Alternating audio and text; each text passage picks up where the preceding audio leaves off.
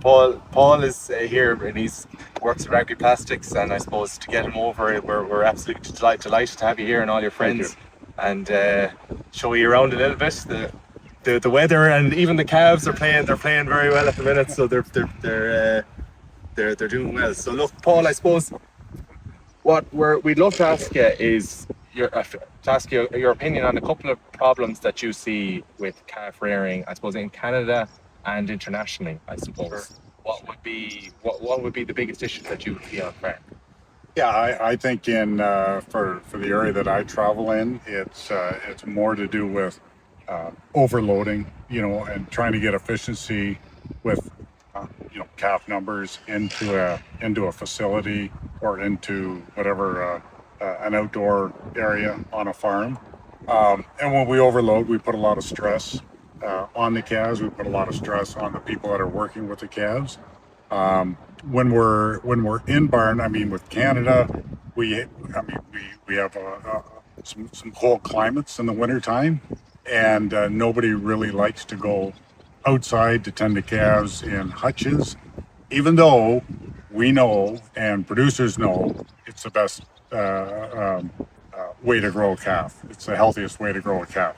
Just a little tougher on the people that are tending to the calves. So some producers look at growing calves in an indoor environment, and when we go indoors, we tend to set up the environments so that it's comfortable for the people that are working with the calves.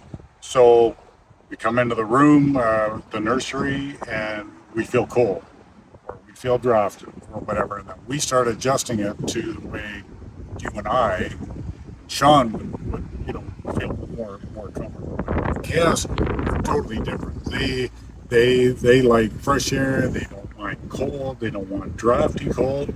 Um, and so when we try to adjust the environment to our comfort zone, it tends to work against the way we should be growing calves. So we have the old standby is to put calf in a hutch outside and let them experience, the good weather outside. In terms in ammonia, we're here in Ireland. It's a beautiful day now here at the minute, but it's not always this good. So and Sure. you would see that in Canada also, I suppose, indoors especially. For sure. Yes. And I mean, there's a lot of different climates in Canada. We can go to the west coast, which, in the valley, in the Fraser Valley, you're dealing with a fair bit of rain, maybe like here. It's very damp for the most part. And then when you get out to the east coast, same thing. When you get into southern Ontario, you get into some really high heat. And what we have now is, with the beef industry and how strong it is in our country, we have a lot of contract growers that are growing for some big growing or beef corporations, and we've had the contract growers try various kinds of systems to grow calves, smaller hutches, indoor, inside the barns. And then they looked at bigger hutches. And I always thought that it was going to be, it was all about how much money do I need to spend in order to grow a calf to be, to make money and to be sustainable. But when a lot of the producers, when they looked at a product that we have, buddy hutches, or group hutches where we have more calves in the hutch than a buddy hutch, 2 versus 4. A lot of the producers have picked to go with the bigger system because it's a little bit more easier to tend to the calves because it's a higher ceiling, it's better air quality in the hutch. And it's taken off worldwide, I think, Paul, also, I suppose, where we're going in terms of animal welfare and all that. Single calves, okay, it's for calf health, okay, they're probably going to be, they're not exposed to as much pathogens, whereas if they're in a group, there might be calves. No more than society, there's people that are developed at different stages, so calves are very similar. So I suppose in that sense, that's where the single hutches come out of. But for looking ahead, I suppose having group hutches and having buddy hutches and all that, grouping calves, I suppose for the farmer, as you mentioned, it's a little bit, you're you're handling less batches of calves, but then also for the development of that calf, she's used to being in a pair, she's used to being with animals. So I suppose when she hits that group, the larger dairy herd, she's gonna be ready. That's right. And I mean, we have my nephews and nieces have taken the farms over, and my nephew and niece live very close to our one manufacturing facility in Grassy, Ontario, and Anna will tell me that the top end number that they believe that where they can grow calves efficiently in a group is 3. And any more than 3, there's just too much competitiveness there. We're going to head inside now, and we're going to go through a couple of your favorite projects that you've been involved in, and a little bit on the Canadian style of indoor housing, and we'll touch on a little bit of outdoor layout as well for hutches. Sure. And yeah, thanks a million, Paul. So we'll head inside. Good. Thank you. You're welcome back in. We're inside to save my red head. Your red head in my head. Absolutely. So look, we're just here with Paul, and we're gonna talk and walk through Paul's experiences and his favourite projects that he's been involved in. You've been involved in quite a few, I'd say, in your time. Yeah. So we'll just run through them. So I suppose you want to explain what was happening here, Paul. Yeah, for sure. So this producer approached us probably a year in advance, approached one of the dealers, and they wanted to produce an environment for those calves that were the healthiest. But again, they were also looking for labor savings because it's just the husband and the wife that look after this. Ironically, this farm is in Dublin, Ontario, and they're growing crossbred beef calves on I think on contract. But again, it boiled down to labor savings and still trying to drive a healthy production of calves in that facility.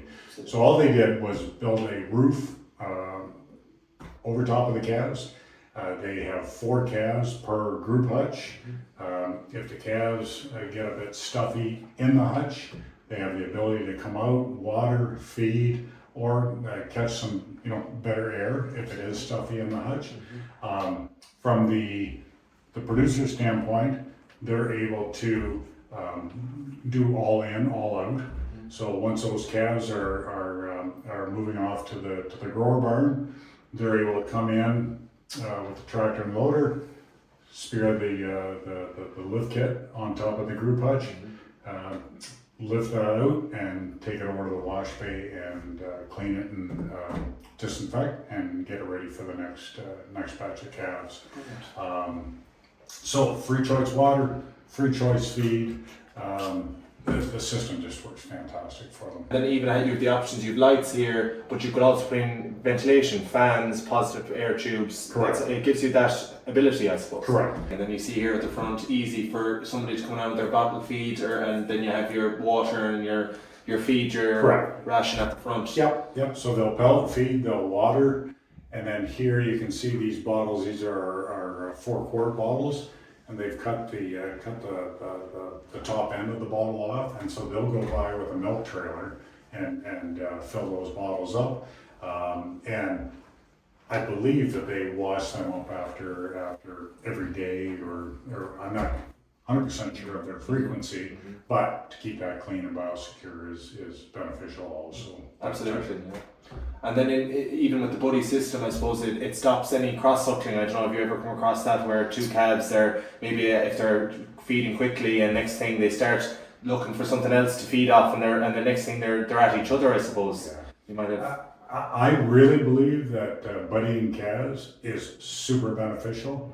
When there is some pressure from calf health, it might be from cross-suckling. But I think we're getting a better handle on why calves will cross-suckle. It's not just because they want to suck on the other calf, it's because they're not content. And they have to feel content, they have to feel full, and if they do that, then there's going to be a lot less chance of cross-suckling. The only downfall with controlled flow feeding is the producer. And you know, it's human nature that you want to get in, you want to get the job done, you want to get out in the truck, you want to get, you know, go get cow's bread or whatever else you have to do on the farm. There's hundreds of different jobs, so let's get off and get doing other things. Where we have had a little bit of a challenge is producers want to drop the bottle in, and after a minute to 2 minutes, that 4 liters of milk is gone, and grab the bottle and go get it washed up and wash the nipples, and away we go. Probably the worst thing for the calves, right?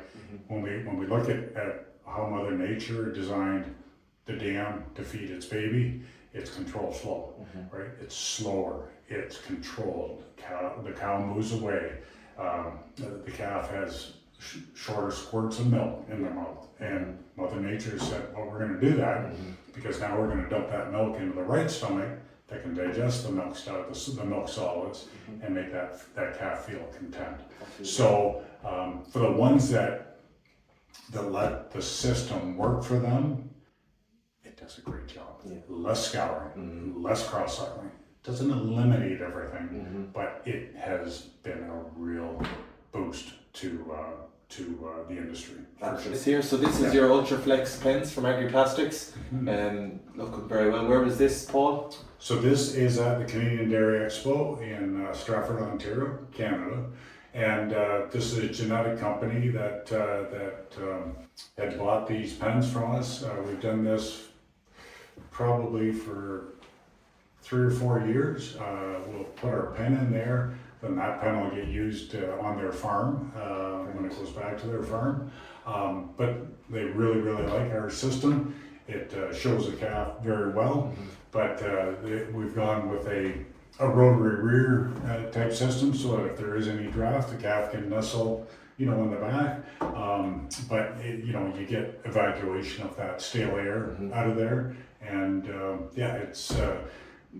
We brought these slide vent side panels out years ago as kind of like obviously a European flavor, where you know the calves can once they get big enough, they can peek through the windows and see each other. It's the next door neighbor. That's right, absolutely. And then you'll see in the next few pictures here, Darren came up with a full open side, so that calves have full exposure to each other. But still, the thing about indoor penning, when I came on with the company 10.5 years ago, we had a good indoor pen system.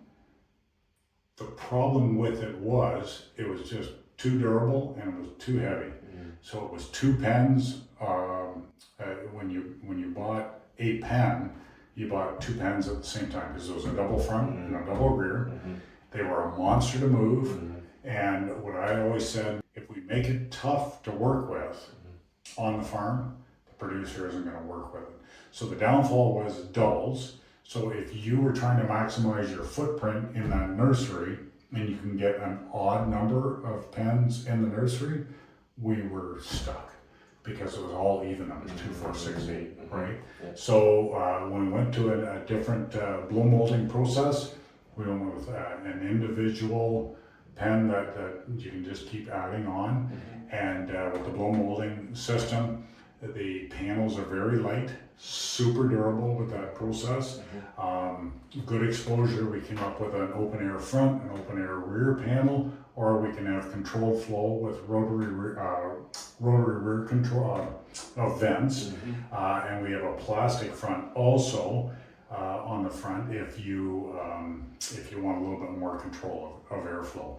Those pens also come with a metal front and rear. They'll come as a 36-inch wide pen or a 48-inch wide pen.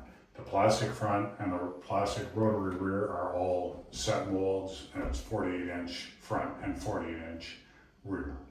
Incredible. And this here, is this an automatic feeder? Yeah. So that system, that's a Mennonite fella in Midwestern Ontario. He came up with that system. So it's an onboard robot that feeds powdered milk, mixes powdered milk with warm water, and mixes it on board, and then rolls down the pen and feeds the calves.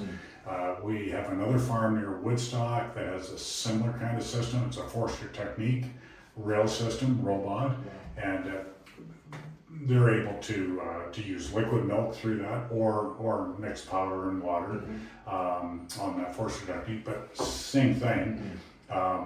The calf needs to be able to be exposed to the nipple, see the nipple coming, and they have to have that ability to get out there and drink the food stuff. So. Brilliant. And as we get a lot of questions, these are totally compatible with UltraFlex, with your group hutch pens. It's all just about design, really. It is. Yeah. It really is. And the robot, you'll set the placing where that head opening is, and what that number of calf is, and how much volume he or she is going to drink.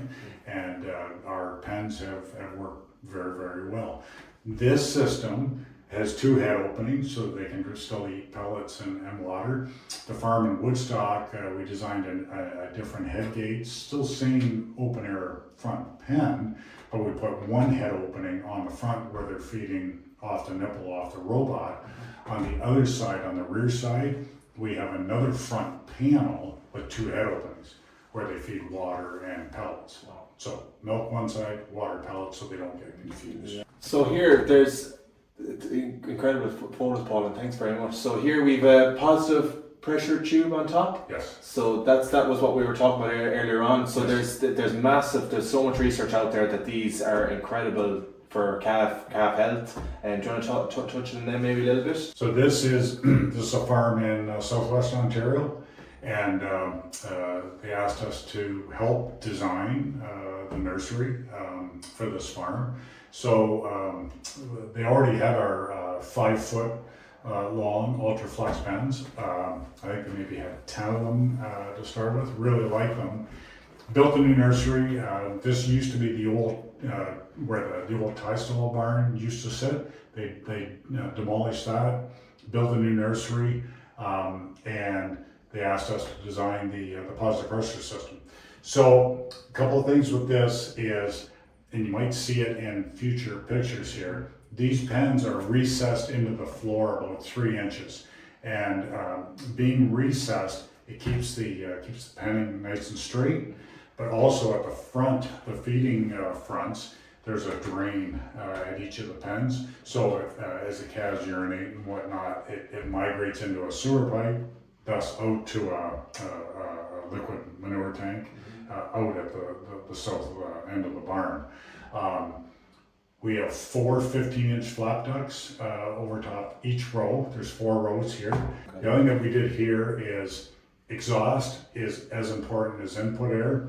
So anything stale, high ammonia air gets pulled over to this air plenum here, low to the floor.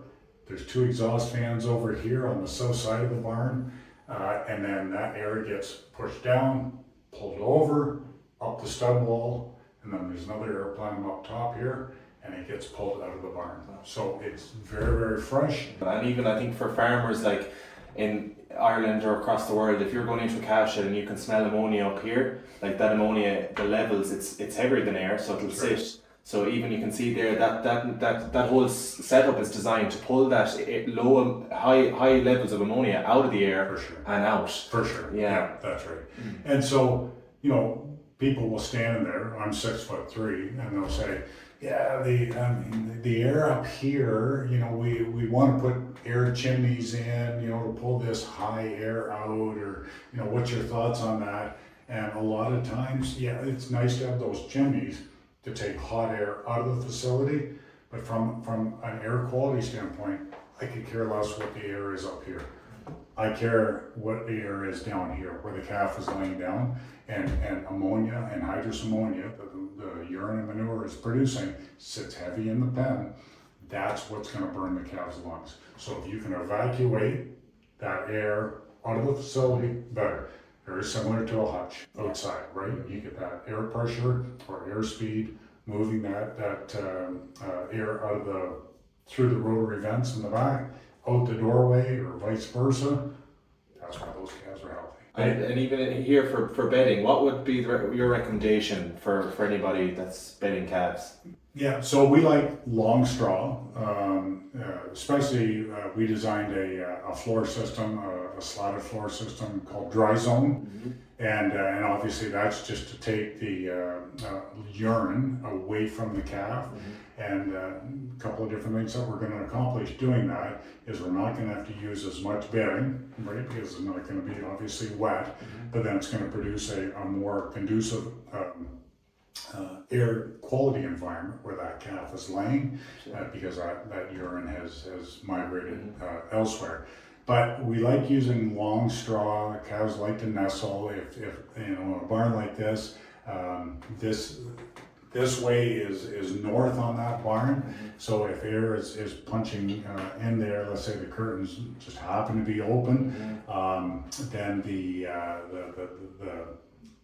calf can nestle into that that nestling zone, and kind of get themselves away from that. And you talk about nesting score as well. That would be very common to farmers, I suppose, that when a calf lies into a bed of straw, that she's able to get deep, or he is able to get deep into it, that they're nearly covered in straw. It's a very natural position for them. If you can imagine in the wild, that's what they do. They get very similar to deer. They get down, they try and get to cover themselves. So that's you're trying to mimic the natural environment, as we were saying. Try and create an outdoor environment indoors. For sure. Yeah, absolutely. And I mean, there's lots of other bedding systems, right? We have shavings, we have cut straw, you know, and all of those pack in well, and they're easier to put in, but do they produce the environment that the calf, you know, really gets enhanced by?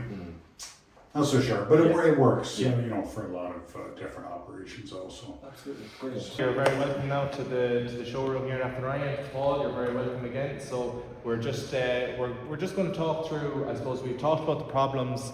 We've gotten some great insights from Paul in terms of what he's seen and what sorts of projects he's been involved in. And I suppose now we're just going to look at how we can help. So I suppose at AgriPlastics we have thought of everything in terms of calf rearing. So what we like to do is we use the format to focus on 5. So you're looking at your ventilation, your feeding, your bedding, your temperature control, and then your management of all them things.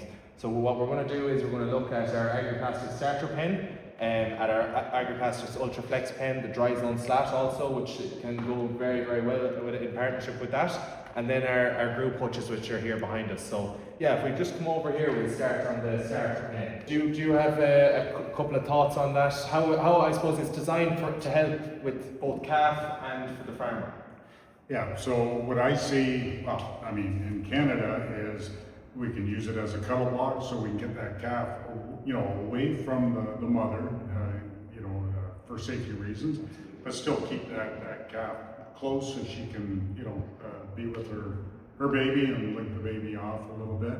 But it does produce a healthy environment where, again, with the slatted floor, it gets the urine and moisture away.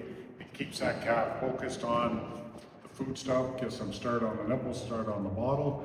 When I started, you know, 10.5 years ago, our literature used to say up to 14 days in the starter pen with that calf. But it all does depend on the breed, obviously. Jersey's going to be able to stay a little bit longer.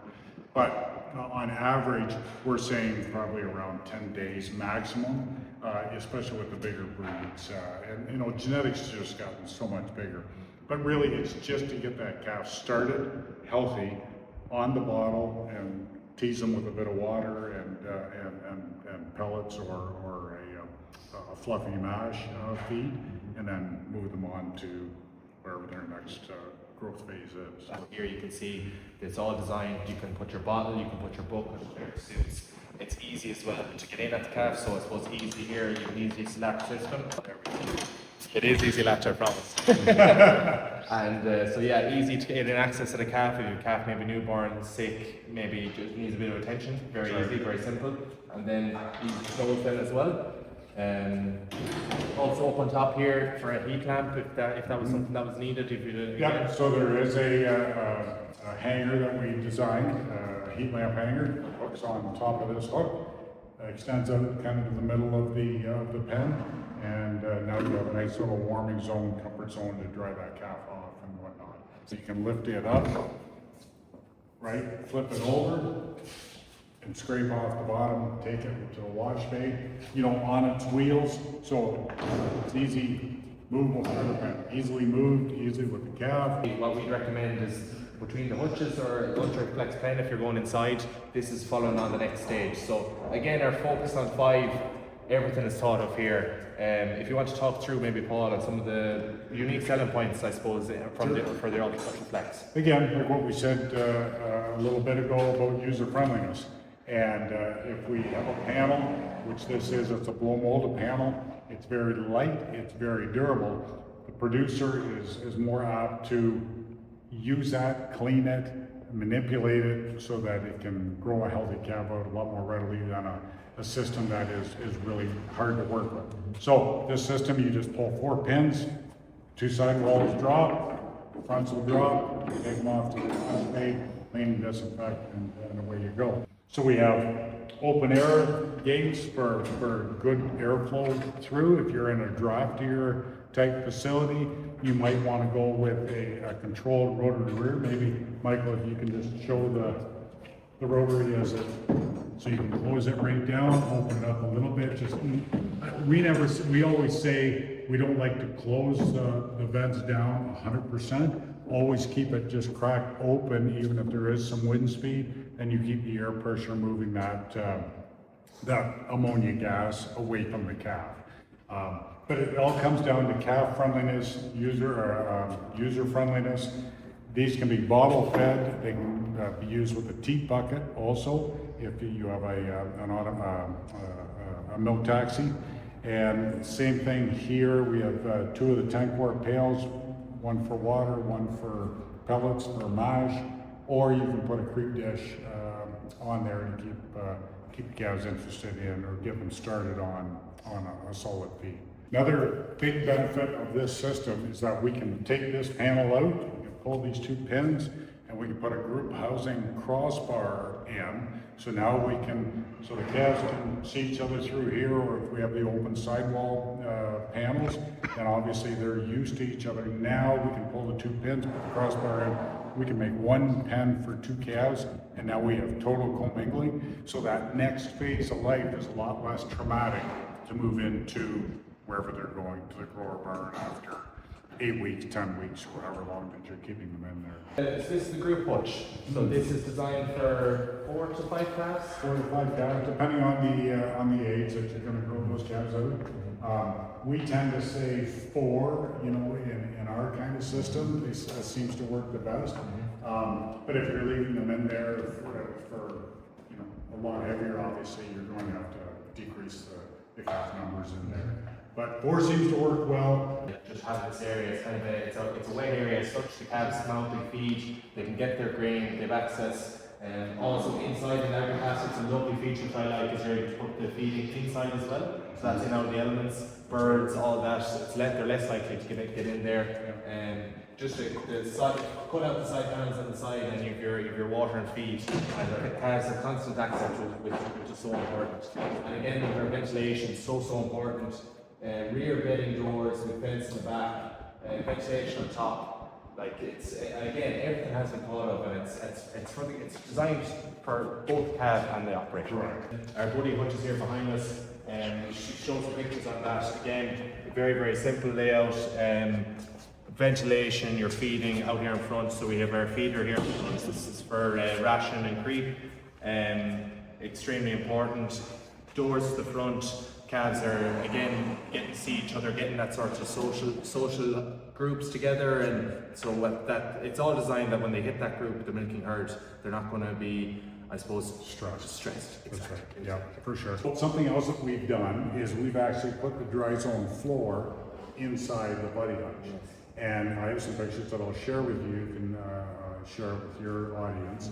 But it's not. It doesn't take all the flooring up, but we use 3 8-foot 2-foot by 8-foot sections of DryZone flooring.